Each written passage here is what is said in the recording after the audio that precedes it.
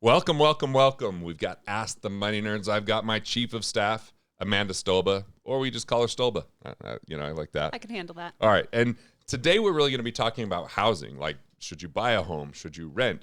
Whether you finance or not. We've got some great questions that came in on that, and I look forward to diving in deeper.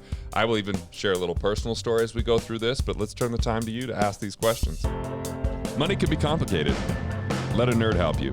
We're here to demystify the complex nature of money by getting you answers from financial nerds and whiz kids. Welcome to Ask the Money Nerds, a weekly segment of the Wealth Labs podcast where we answer your most pressing money questions.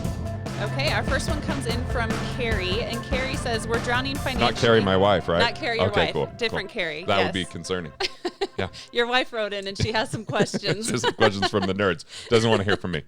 Okay, so she says, we're drowning financially. I think we need to sell our house and rent instead. How do I know if this is the right plan and will actually help? Well, the first thing that would make sense is to go see what it would cost to rent and what availability you have in your city, because there's some cities where rent's really tough right now. Like, I know people that had to go get the property the same day that they were looking at it, the area where you live in, to try to rent something. There's waiting lists. So you got to understand what that price would be to go to rent. What's nice is if something breaks down, landlord's responsibility. Typically you're not paying for all the additional things. When I bought my first home, we put in a water softener. I didn't want it, but my wife did. And then, you start buying more furniture because it's a bigger property. And so there's these additional expenses. And especially if, it's a bigger home, you've got utilities that are going to be more expensive. So it could solve the problem. The other thing to consider is refinancing. I mean, it could make sense to refinance with interest rates being so low. And if you have a good enough financial position to refinance and you can lower that payment, that's something to consider. But here's another thing.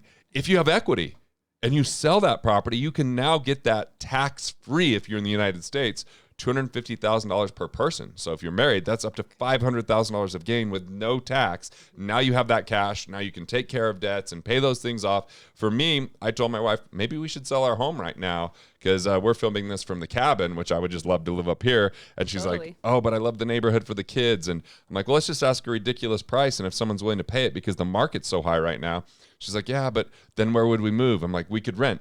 She's kind of against renting because she likes to fix things up and make things her own. And when we bought the place, she, improved it with painting the walls a different color and changing out the countertops. So I get that. So if that's not that important to you, there's nothing wrong with renting, yet somehow people have started to believe like, oh, well, you're throwing money away. That's a concept, right? But not if you're paying a lot less, because most people are buying homes and that home is never cash flowing. And it becomes a big commitment financially. So I don't see it as throwing money away, especially because at this point in the economy, those prices have really risen quite a bit and could be at their peak. So renting for a time period, no problem.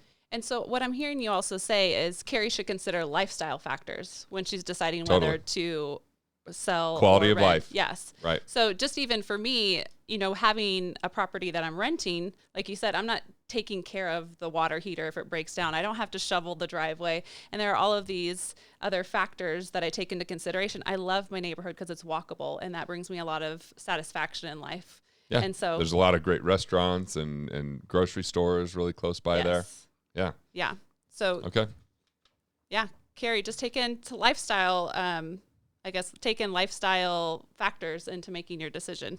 Yep. Right. So there's another question, but this is around business property. So this is from John. I own an auto detailing business. Is it best to rent or own my shop? So is there a difference when considering business property versus your own home? Yeah, let's look at those considerations. First, I started my business career with auto detailing. So, Gunderson Car Care.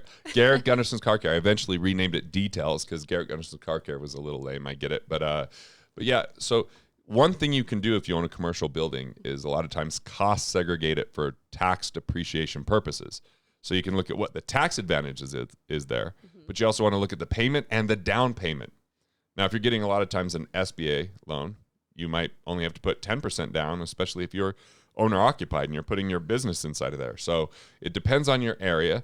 And, if the auto detailing, it doesn't matter the location as much because it's not like people driving by and taking it in. It's more online advertising or it's more, referral market, and you got kind of a base that you're not going to lose any.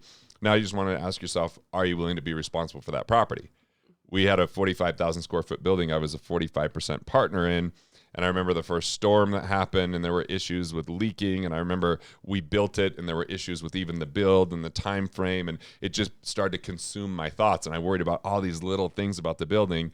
And it had a lot of expenses I didn't expect. So I really think it just matters of, do you understand real estate? Do you understand that property? What is the cost of that versus the cost of leasing or renting right now? And for the right person, that could be a great idea. For the wrong person that knows nothing about real estate, it could be pretty atrocious. Yeah.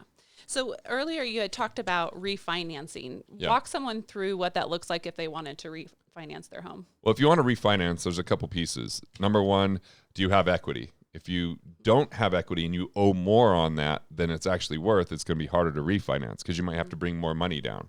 The second thing is, what's your credit score? If it's above 760, you're probably going to have access to the very best interest rates that are available unless you haven't borrowed for the last 10 years and you have no credit history. So credit history matters in addition.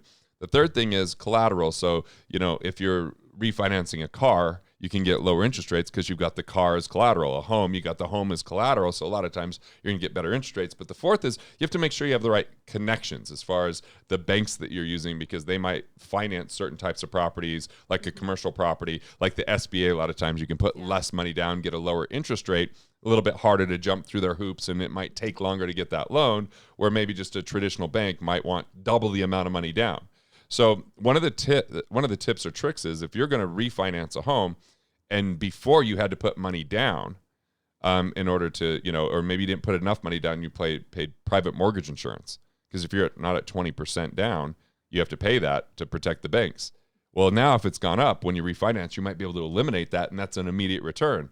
Or you can get a second mortgage and a first, and the second mortgage helps you avoid private mortgage insurance. You just have to see what that interest rate is. So it's important on what kind of credit score you have, what kind of assets you have. If you've had money in a savings account for a while, that's helpful. It's called seasoned money. So if you've had that in there for longer than 3 months, that's also useful. And here's the kind of, if this can happen, if you go to your existing institution that you've already borrowed from and you've been paying on time, you have that equity, you have that good credit score, see if you can do a streamlined refinance. Meaning it's not a full refinance, you're not paying full brokerage fees to mortgage brokers, you're not paying full appraisal fees, and you're only signing a couple documents. It doesn't always work, but if you, once again, have a lower interest rate out there today versus when you first financed, which is the way for a lot of people, you can just lower the payment with the same institution. That's great. This is really helpful information. I think one thing that we hear a lot at our workshops and just questions in general, we hear that people say that their home is their greatest investment. Do you want to speak to that a little bit? Yeah, it's like an investment in quality of life, not in cash flow. Like I told my wife, I'm like, hey, we're leaving. Let's Airbnb our home. She's like, I don't want people doing weird crap in our home. I was like, well, your cousin watches our dog, wants to know exactly when we're going to be home. But pretty sure there's weird crap going on already, but we're not getting paid for it. But, if you were to rent out a basement, then maybe you can cash flow it. But when an asset isn't producing cash flow, it's not helping you achieve economic independence. And so it may appreciate in value, depending on how long you're there, but it's also going to have a lot of expenses associated with it. And if it gets people to stretch themselves because they can afford the payment, but not everything else that comes with it, right? Maintenance, taking care of an air conditioner going out, or a heater going out, or needing to putting in a water filter system, or you name it. Like all those kind of things become extraordinarily expensive. And like even our home, really nice, but now we have to have someone come and paint it because there's certain parts of it that wear down or that, fade. And because we own it, that's an expense for us. So I don't see it as your greatest asset. I see yourself as your greatest asset. Definitely. Your ability to earn more income, your skill set, the way you deliver value. I see assets that create cash flow as being superior to a home. The way that a home is really valuable is the enjoyment that you get from it and how it makes you feel. But you got to make sure that you're really clear about whether you can afford that and it doesn't put you in harm's way of actually creating economic independence or saving enough money, or you start losing sleep at night or harm your ability to earn. Okay, we're going to switch gears now. Okay, so this is a question that has come off of the YouTube channel that you started. Sweet. Got 11,000 subscribers, which is really great. So this question comes from Bryce. He says, I'm saving up for my first investment property. Should I be paying off my home mortgage first? I have been looking for a video where you address this. So right. Okay. So we'll address it here and ask the money nerds. Here's the thing. First, are you paying yourself first? Are you setting money aside into a separate account, not your business account or your personal account? If you're not doing that, you're not ready to buy a property. Number two, do you have at least 6 months of expenses set aside so that you can handle health challenges, family challenges, business surprises, cash flow issues. If you have that, I think it's perfectly fine to buy commercial real estate or invest in other real estate as long as you're a good investor. Risk isn't in the investment, it's in the investor. So do you know how to manage or mitigate risk? When we go get a loan from a bank, they go, well, I want a down payment. I want an appraisal. I want to look at your taxes. I want to look at your credit score. These are all things they're doing to manage their risk. If you know how to manage your risk properly and you've got enough savings set on the side that you can handle kind of mishaps or financial surprises, well, if you're the right investor, then fine, go ahead and do it. I don't feel like you have to pay off your mortgage in order to invest in other things. I think that could be a very slow track. And that leads us to our next question. Someone had wrote in asking, how do I find my investor DNA? This is new language for a lot of people because we're just taught, you invest in your home, you invest in the stock market, and you do the things that your parents did. And so speak to how someone identifies what their investor DNA is. So investor DNA is your core values, like what you value, you pay attention to. It's your core competencies, those things that you have skill sets and abilities, know-how and knowledge. It's also, it's your drivers, the things that interest you and excite you and you have a degree of passion for.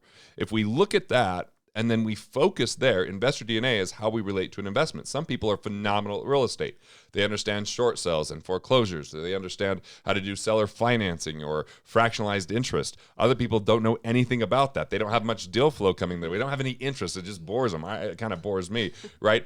Other people are really good at buying and acquiring businesses. They can look at the numbers. They can look at the business issues. Like I think of my buddy Mike, who can buy businesses in the health space and integrate it with the existing business and be profitable from day one. Or when I wrote Win Then Play, I talked to this guy Walker who wrote Buy Then Build, and he introduced me to some people that made money the day they bought the business, right? So that's a different investor DNA. People that don't know anything about business, that's going to be kind of a scary thing to do. So investor DNA for some people could be they really understand technology, or they really understand health companies, or they really understand finance. Rather than diversifying and spreading yourself into things you don't know or understand, you focus, and what you've got to do is increase your intelligence and IQ around your finances. And then you focus and grow that. And if you're willing to do that over a lifetime, then you can really get more dialed in and really figure out one specific area. You might have multiple investments in that area, but you don't go into areas that you don't know. And you really discover who you are and where you're best. Okay, this is Ask the Money Nerds, where we're answering your questions. Keep them coming, askthemoneynerds.com. And here's the deal. We want to make sure that you transform your thoughts into profits and build the life you love.